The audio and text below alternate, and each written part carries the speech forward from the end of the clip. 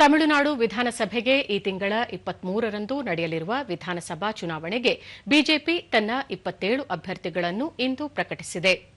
ಕೇಂದ್ರ ವಾರ್ತಾ ಮತ್ತು ಪ್ರಸಾರ ಖಾತೆ ಸಚಿವ ಡಾ ಎಲ್ ಮುರುಗನ್ ಅವರಿಗೆ ಅವನಾಶಿ, ರಾಜ್ಯ ಘಟಕದ ಅಧ್ಯಕ್ಷ ನಯನಾರ್ ನಾಗೇಂದ್ರನ್, ಸತ್ತೂರು ವಿಧಾನಸಭಾ ಕ್ಷೇತ್ರ ಡಾ ತಮಿಳ್ಸಾಯಿ ಸೌಂದರರಾಜನ್, ಮೈಲಾಪುರ್, ವಾಸಂತಿ ಶ್ರೀನಿವಾಸನ್, ಕೊಯಮತ್ತೂರು ಉತ್ತರ ಸೇರಿದಂತೆ ಪ್ರಮುಖ ನಾಯಕರಿಗೆ ಹಲವು ವಿಧಾನಸಭಾ ಕ್ಷೇತ್ರಗಳಿಗೆ ಟಿಕೆಟ್ ನೀಡಲಾಗಿದೆ.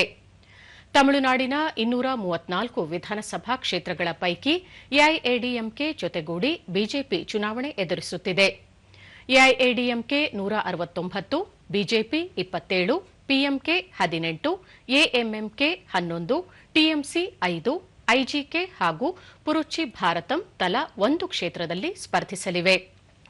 ಏಪ್ರಿಲ್ 23ರಂದು ಒಂದೇ ಹಂತದಲ್ಲಿ ಮತದಾನ ನಡೆಯಲಿದ್ದು, ಮೇ 4ರಂದು ಮತ ಎಣಿಕೆ ನಡೆಯಲಿದೆ.